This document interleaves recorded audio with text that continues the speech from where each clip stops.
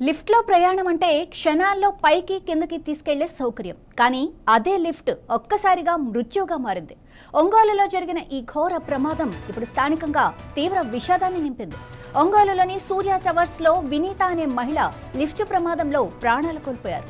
కుమార్తె మనవడితో కలిసి లిఫ్ట్ నుంచి బయటకు వస్తున్న సమయంలో ఒక్కసారిగా లిఫ్ట్ గేట్లు వేయకుండానే కిందకు వెళ్లినట్లు తెలుస్తోంది. దీంతో వినీత ఫ్లోర్కు లిఫ్ట్కు మధ్యలో ఇరుక్కుపోయారు.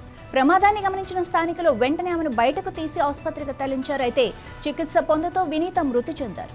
లిఫ్ట్ నిర్వహణలో లోపం కారణంగానే ఈ ప్రమాదం జరిగిందా అన్న అనుమానాలు వ్యక్తమవుతున్నాయి.